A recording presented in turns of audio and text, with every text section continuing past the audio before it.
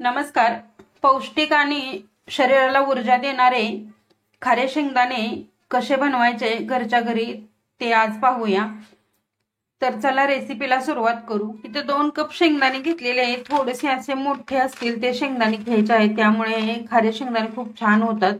जर तुमच्याकडे छोटे असतील तरी सुद्धा ते तुम्ही वापरू शकता. 2 वाटे इतकं शेंगदाणे घेऊन व्यवस्थित असे साफ केलेले आहेत. कढईमध्ये 4 वाट्या पाणी उकळायला ठेवलेलं होतं. छान असे उकळे आलेले आहे. त्यामध्ये 3 चमचे इतकं मीठ टाकून घ्यायचं आहे आणि व्यवस्थित असे पाण्याला उकळे आणू. मीठ टाकल्यानंतर पाण्याला उकळे आलेले आहे. हे शेंगदाणे आहेत ह्या पाण्यामध्ये टाकून घ्यायचे आहेत. हे व्यवस्थित असे शेंगदाणे आपल्याला 5 ते 6 मिनिटांसाठी फक्त शिजवून घ्यायचे आहेत. गॅस आता मीडियम करायचा आहे आणि त्यावरती झाकण ठेवायचं आहे.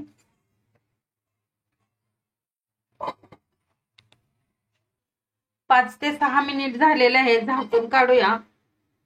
शेंगदाणे आहेत ते व्यवस्थित असे शिजलेले आहेत. तर शेंगदाणे शिजले कसे ते ओळखायचे.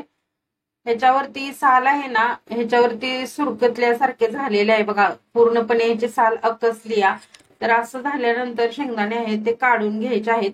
हे पूर्णपणे नितळवून घेऊ आपण. शेंगदाणे नितळवून घेतलेले आहेत. एका चाळणीवरती काढलेले पूर्ण पाणी आहे ते यामधलं नितळवून घ्यायचं आहे आणि थोडंसं असं सुक्क झालं पाहिजे.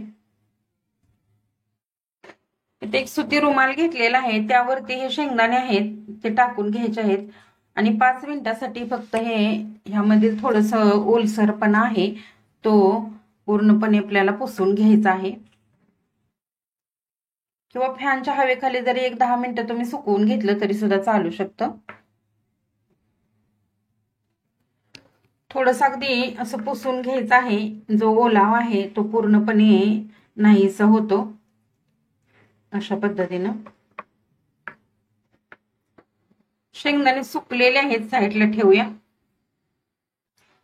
इथं कढईमध्ये 2 वाटे इतकं मीठ घेतलेलं आहे आणि मीठ आहे ते छान असं फ्रीहीट करून घ्यायचं आहे. म्हणजे छान असं एकसारखं सगळं पूर्णपणे हे गरम झालं पाहिजे. त्यामुळे शेंगदाणे आहेत ते सर्व अगदी भट्टीसारखं एकसारखे भाजले जातात. हे खारे शेंगदाणे आहेत हे नेहमी करून खाल्ले पाहिजेत. गरिबांचे बदाम आहेत ते. तर प्रोटीन भरपूर आहे त्यामध्ये. एक मुठभर जरी शेंगदाणे खाल्ले तरी सुद्धा पोट आहे ते आपलं भरलेलं राहतं. त्यासाठी शेंगदाणे हे ते आवर्जून घरी सुद्धा आपण खारे करून खाल्ले पाहिजेत. मीठ आहे ते आपलं छान गरम झालेलं आहे. त्यामध्ये अर्धे शेंगदाणे टाकून घ्यायचे आहेत आणि व्यवस्थित असं ह्याला सतत असं हलवत राहायचं आहे.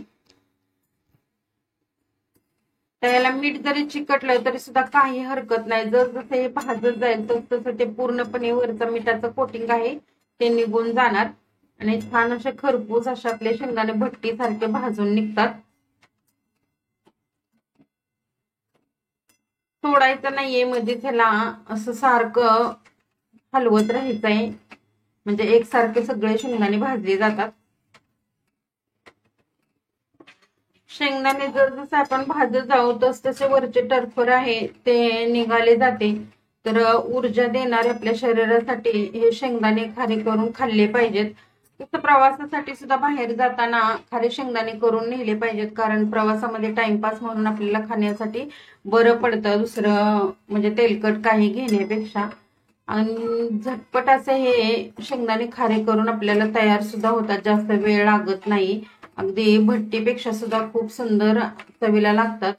आणि विशेष म्हणजे आपण स्वतःच्या हाताने हे खारे शेंगदाणे बनवल्यामुळे अगदी स्वच्छता घरामध्ये असते, त्यामुळे हे खायला सुद्धा अगदी पौष्टिक आहेत.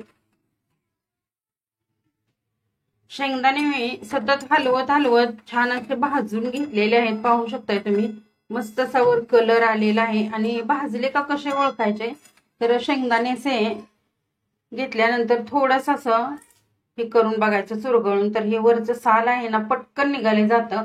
आणि जर ओलसर असतील भाजले नसतील तर त्याचं साल पटकन निघत नाही. तर आता हे आहे ते आपण शेंगदाणे काढून घेऊ अशा पद्धतीनं. सर्व शेंगदाणे मी काढून घेतलेले आहेत, साईडला ठेवूया. अर्ध शिल्लक राहिलेले शेंगदाणे होते ते सुद्धा मी या मिठामध्ये टाकून घेतलेले आहेत आणि छान असे भाजून घ्यायचे आहेत. सतत हलवत राहायचं आहे. जे शिल्लक राहिलेले मीठ आहे ते एखाद्या थंड करून एखाद्या हवाबंद डब्यामध्ये भरून ठेवायचं. नंतर खारे शेंगदाणे करताना किंवा केक बनवताना हे मीठ आहे ते आपण वापरू शकतो. सर्व शेंगदाणे भाजून झालेले आहेत, पाहू शकताय. अगदी मार्केटपेक्षा सुद्धा खूप छान असे हे शेंगदाणे आपले तयार झालेले आहेत, पाहू शकताय. मस्त अगदी कुरकुरीत असे शेंगदाणे तयार झालेले आहेत बघा.